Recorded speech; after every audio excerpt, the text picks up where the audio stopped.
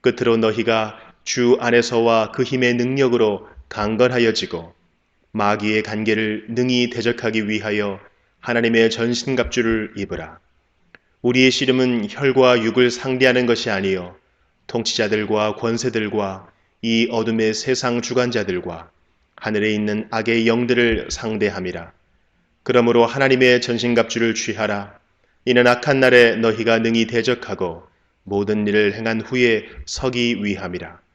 그런즉 서서 진리로 너희 허리띠를 띠고 의의 호심경을 붙이고 평안의 복음이 준비한 것으로 신을 신고 모든 것 위에 믿음의 방패를 가지고 이로써 능히 악한 자의 모든 불화살을 소멸하고 구원의 투구와 성령의 검 곧 하나님의 말씀을 가지라.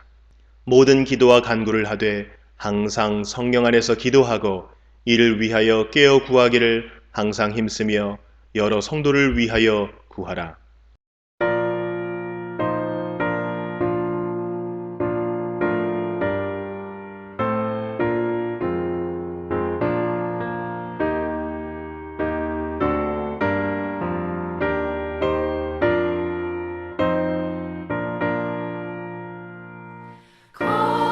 거룩한 주님께 예배를 드리세.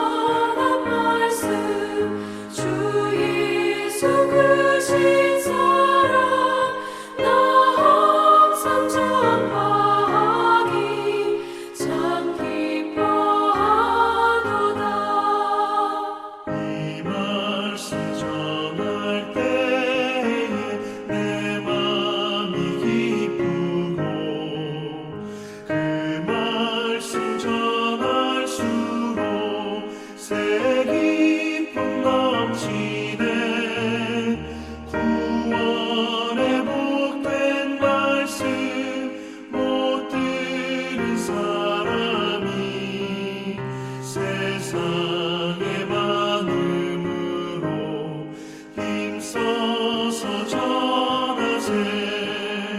예부터 전한 말씀 주 예수 그 신사랑 나 항상 전파하기 참 기뻐하도다.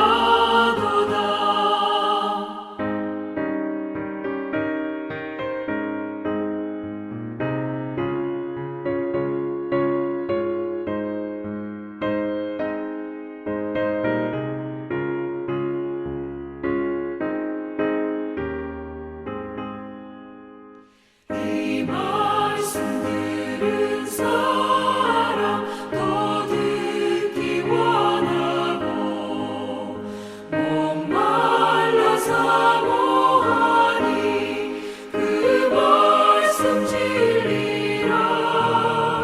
그 나라 영광 중에 나 부를 새 노래.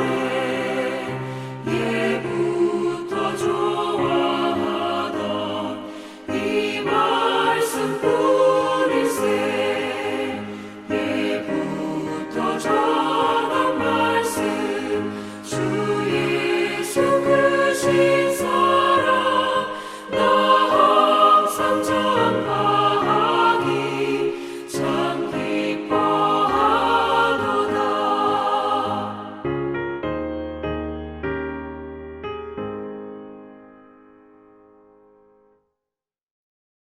지난주까지 누가복음을 다 마치고 오늘부터는 요한복음을 살펴보도록 하겠습니다. 우리는 마태, 마가, 누가, 요한이 기록한 이 네 권을 복음서라고 합니다. 그러니까 음악에 소프라노, 엘토, 테너, 베이스가 있어 아름다운 화음을 이루어 아름다운 노래를 만들어내는 것처럼 우리를 위하여 이 땅에 구세주로 오신 예수 그리스도를 네 개의 화음처럼 여러 측면에서 잘 조화롭게 소개하고 있습니다.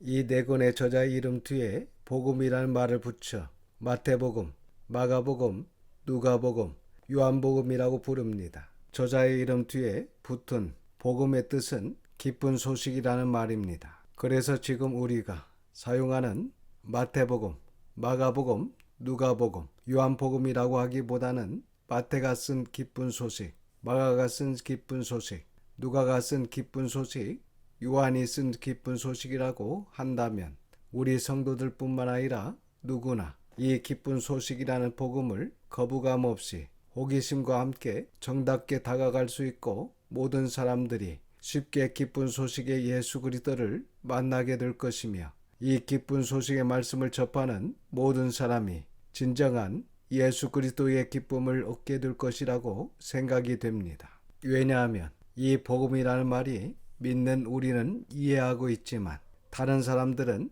이해하기가 어렵습니다. 그래서 마태, 마가, 누가, 요한이 쓴 기쁜 소식이라고 한다면 더 좋을 것 같습니다.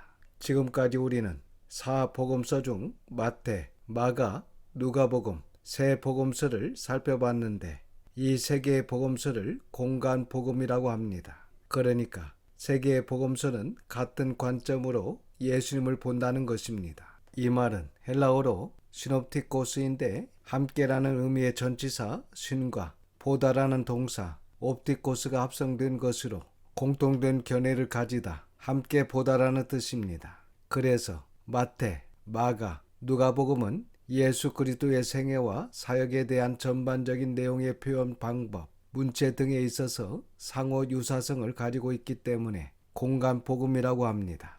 이 세 복음서에는 예수 그리스도의 탄생, 예수 그리스도의 세례, 예수 그리스도의 초기 사역, 예수 그리스도의 중기 사역, 예수 그리스도의 후기 사역, 예수 그리스도의 예루살렘 입성, 예수 그리스도의 십자가와 부활을 기록하고 있습니다. 그러니까 예수 그리스도의 공생애에 집중하고 있습니다. 반면에 요한복음은 조금 다른 관점에서 예수님을 소개하고 있습니다. 그러니까 예수님의 탄생과 가르침, 기적이나 표적들도 중요하지만 그보다 예수님이 누구신가라는 점이 더 중요하다는 입장에서 기록했습니다. 신약 성경 27권 중에서 매우 늦게, 거의 늦게 후기에 기록이 되었습니다. 요한복음 전체, 요한 1, 2, 3서, 그리고 요한계시록까지 다른 신약 성경이 기록된 이후에 기록되었는데 대략 AD 90년경에 기록된 것으로 보고 있습니다. AD 64년부터 AD 68년까지 약 3년 반 동안 로마 네로 황제의 혹독한 박해가 있었습니다. 그리고 약 2년 후인 AD 70년에 로마의 티투스 장군에 의해서 예루살렘 성이 무너지고 성전도 파괴되어 예루살렘이 완전히 멸망하게 됩니다. 이러한 로마의 박해로 사도들이 다 순교하고 12사도 중에서 요한만이 생존하고 있을 약 AD 90년경에 기록된 복음서가 바로 요한복음입니다. 기록 장소는 당시 요한이 에베소 교회 담임 교역자로 있으면서 에베소에서 기록한 것으로 보고 있습니다. 특별히 그노시스라는 영지주의 이단 종파가 교회를 상당히 회방하고 있는 그런 때에 그들을 경계하면서 사도 요한이 요한복음을 쓰게 됩니다. 사도 바울도 위대한 사도이지만 요한이야말로 가장 위대한 사도라고 많은 신학자들이 이야기하고 있을 정도로 사도 요한은 참으로 위대한 인물입니다. 그리고 사도 바울이 믿음으로 신학을 시작하였다면 사도 요한은 사랑으로 그 신학을 완성시킨 인물이고 또한 요한계시록으로 성경의 뒷문을 닫는 계시의 마침표를 찍는 분이 바로 사도 요한입니다. 요한은 예수님의 12제자 중에서 나이가 가장 어린 제자였던 것으로 보입니다. 제일 나이가 많은 제자는 아마도 베드로였을 것입니다. 이 베드로는 예수님과 동갑이나 한두 살 정도 많은 것으로 보이고 베드로와 요한의 나이 차이는 약 5살 내지 6살 정도의 차이가 난 것이 아닌가 이렇게 봅니다. 젊은 사람들 사이에서 대여섯 살 차이가 나는 것은 차이가 많이 나는 것입니다. 그런데 예수님께서 꼭 중요한 일을 시키실 때는 제일 나이가 많은 베드로, 그리고 나이가 제일 적은 요한, 그리고 야고보, 이 세 사람에게 중요한 일을 맡기신 것을 우리가 성경을 통해 볼 수 있습니다.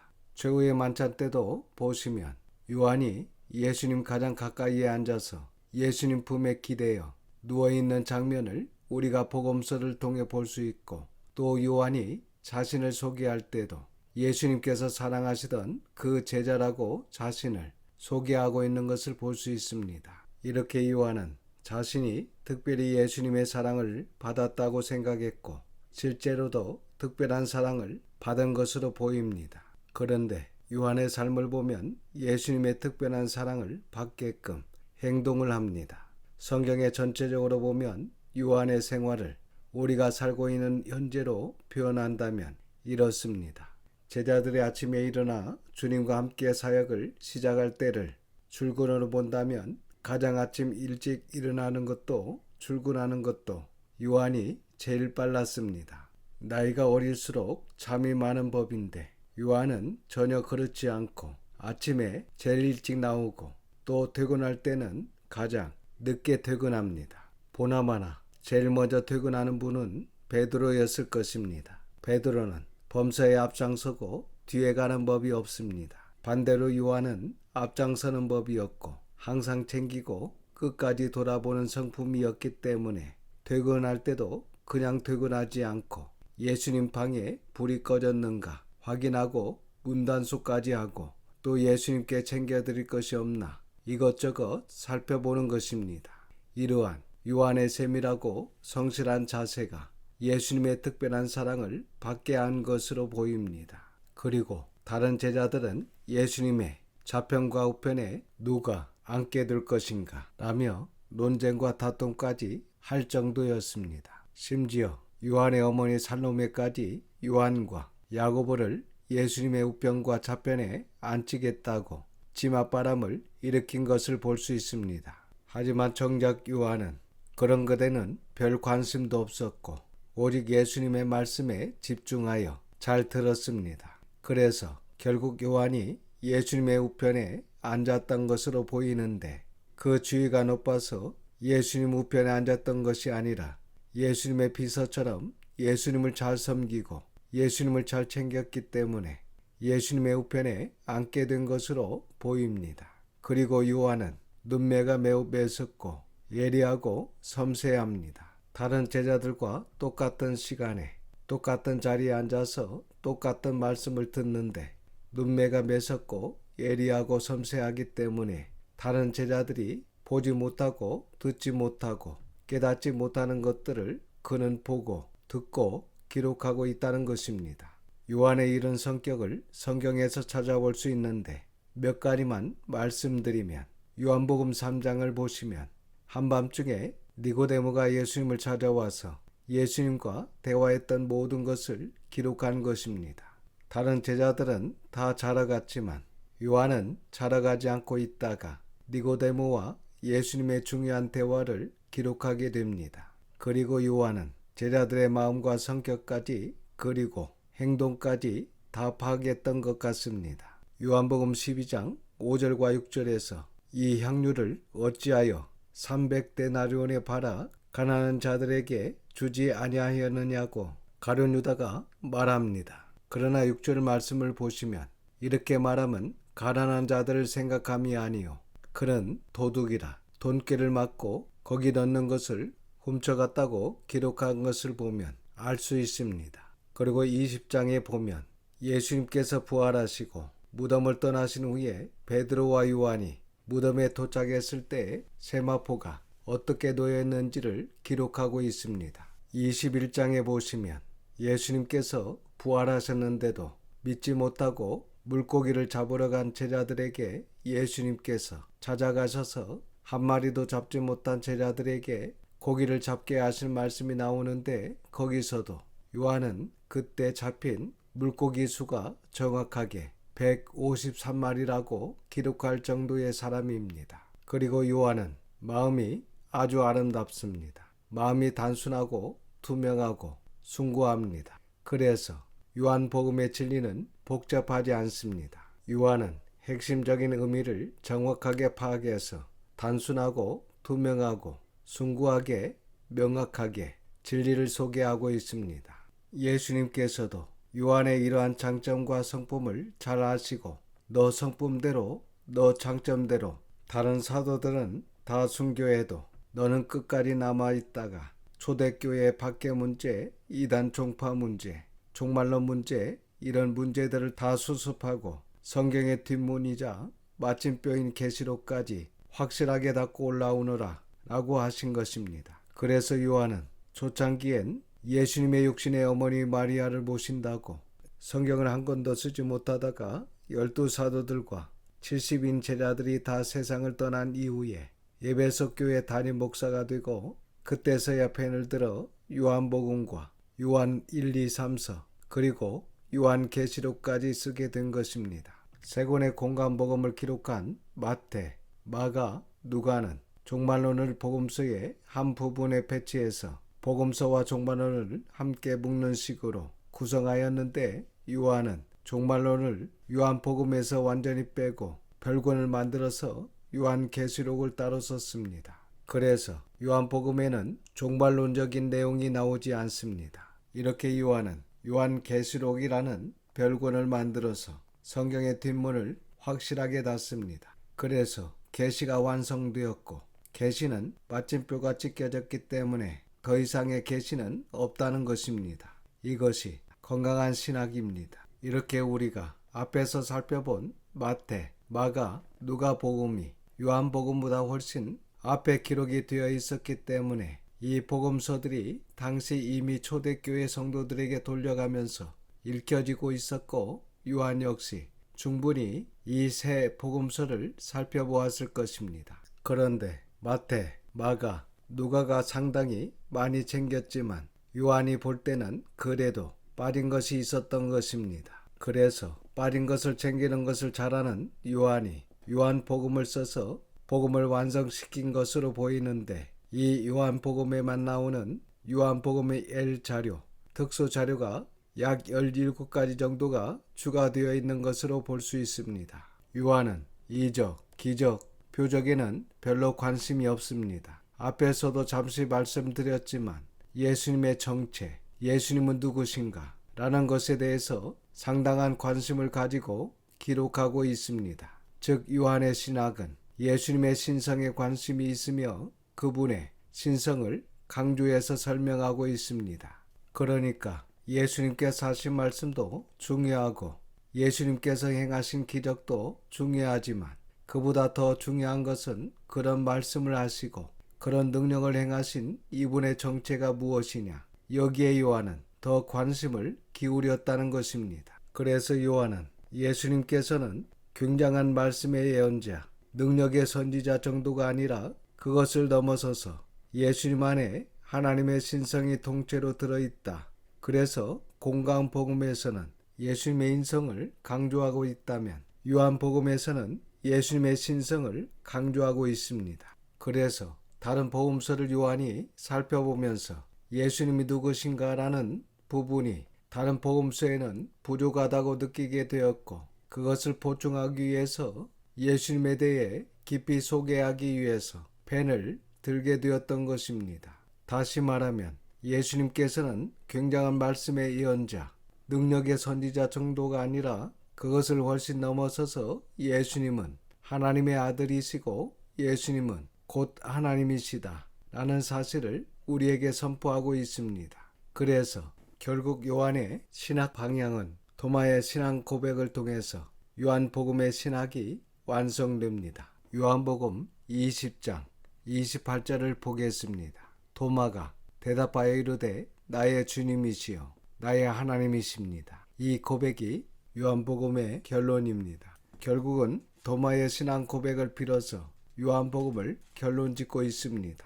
즉 요한은 결국 헤프게 믿지 않는 도마의 신앙 고백으로 우리를 인도하면서 요한복음을 접하는 모든 성도들의 입에서 이 고백이 터져 나오기를 원하고 있는 것입니다. 여러분, 우리 예수님께서 하나님이심을 믿으시기를 바랍니다. 이것이 믿어져야 성삼위 하나님이 이해가 되며 또한 성삼위 하나님을 온전히 믿을 수 있습니다. 오늘은 요한복음의 서론을 살펴보았습니다. 본문은 다음 시간부터 한 절 한 절 성실하게 정직하게 살펴보도록 하겠습니다. 기도하겠습니다. 아버지 하나님, 하나님의 걸어가신 이름을 찬양합니다. 사도 요한이 기록한 요한복음을 통해서 예수님이 하나님의 아들이시며 그분이 곧 하나님이시다 라는 고백을 하게 하시니 감사를 드립니다. 저희들도 예수님이 진정 나의 주님이시요 나의 하나님이심을 바르게 배워서 성경적인 바른 믿음으로 온전한 구원에 이르는 저희 모두가 다 될 수 있도록 인도하여 주시고 성령님의 충만함을 더하여 주시옵소서. 이번 한 주간도 하나님의 선한 손의 도우심으로 승리하게 하심을 믿고 감사드리며 우리 구주 예수님의 이름으로 기도드립니다. 아멘. 지금은 우리 구주 예수 그리스도의 은혜와 아버지 하나님의 그 넓으신 사랑하심과 성령님의 감화감동 역사 충만 위로하심이 예수님은 나의 주님이시요 나의 하나님이십니다 라고 고백하는 우리 모든 성도들과 자녀와 가정 위에 지금부터 영원까지 함께 계시기를 우리 구주 예수님의 이름으로 축원하옵나이다. 아멘.